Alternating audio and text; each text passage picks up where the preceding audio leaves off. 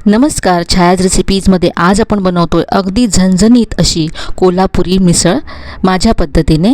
तर यासाठी इथे मी मटकी भिजत घालून ठेवली होती आणि इथे काही मी मसाले घेतलेत। तर यासाठी आपण कुठलाही मार्केटमधून आणलेला रेडी मिसळ मसाला वापरणार नाही आहोत। तर मिसळ बनवण्यासाठी सगळ्यात आधी आपण वाटण तयार करूया। तर इथे मी गॅसवरती कढई गरम करत ठेवले। यामध्ये 1 चमचा धने, अर्धा चमचा जिरं, 2 हिरव्या वेलच्या, यानंतर काळी मिरी आणि लवंग घेतलेत मी। एक छोटा दालचिनीचा तुकडा घेतला आणि एक तमालपत्र घेतलं। हा मसाला भाजून घ्यायचा। भाजल्यानंतर हा मसाला मी काढून घेतला। आता याच कढईमध्ये 1 चमचा तेल घातलं आणि 1 कांदा यामध्ये चिरून घातला। यामध्येच लसूण घालायचे आहे। तर इथे मी 10 ते 12 पाकळ्या लसूण यामध्ये घातल्या। सुरुवातीला आपण जो मसाला भाजून घेतला त्यामध्ये तुम्ही 1 चमचा सफेद तीळ आणि 1 चमचा खसखस भाजू शकता। मी सुरुवातीला घातलेली नाही आहे, तर मी नंतर घालणार आहे।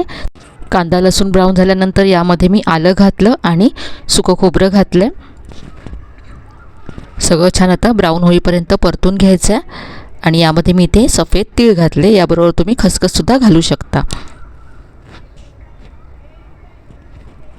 हे भाजून झालं आहे, काढून घेऊया प्लेटमध्ये।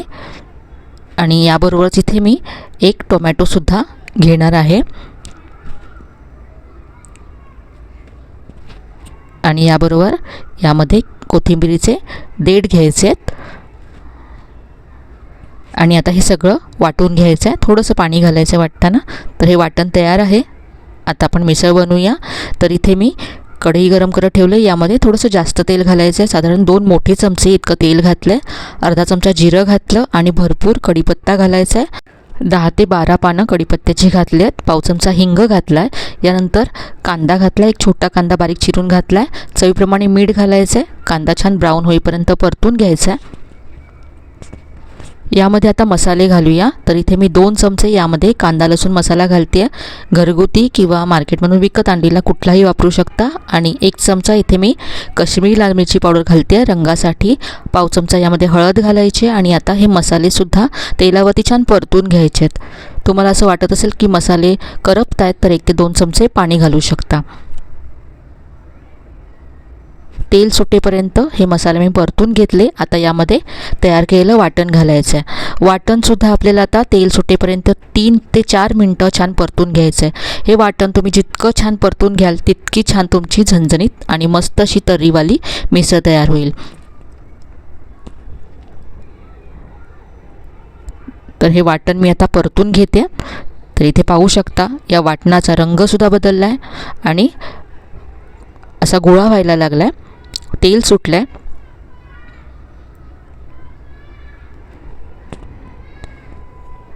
आता यामध्ये मटकी घालायची आहे। इथे मी 150 ग्राम मटकी घेतली आहे। थोडीशी कमी तुम्ही घेतली तरी चालेल। मसाल्यांबरोबर मटकी परतून घ्यायची आहे।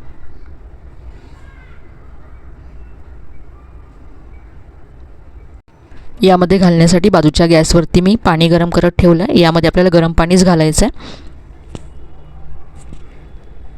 तर मटकी छान परतून घेतल्यानंतर यामध्ये पाणी घातलं आणि आता यावरती झाकण ठेवून छान याला उकळी काढायची आहे। तर इथे पहा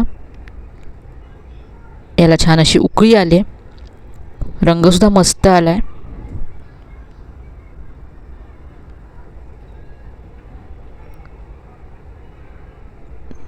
तर ही आपली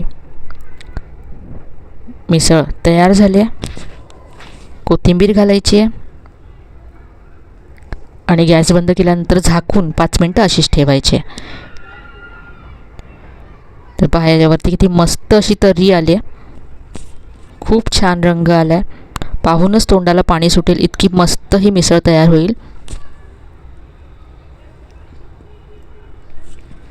आता आपण मिसळ सर्व करूया। तर इथे आता प्लेटमध्ये मी फरसाण घालते आहे। यावरती तयार केलेली मटकीची उसळ जी आहे ती घालायची। याबरोबरच मी इथे दही, कांदा, पाव सर्व केलेत।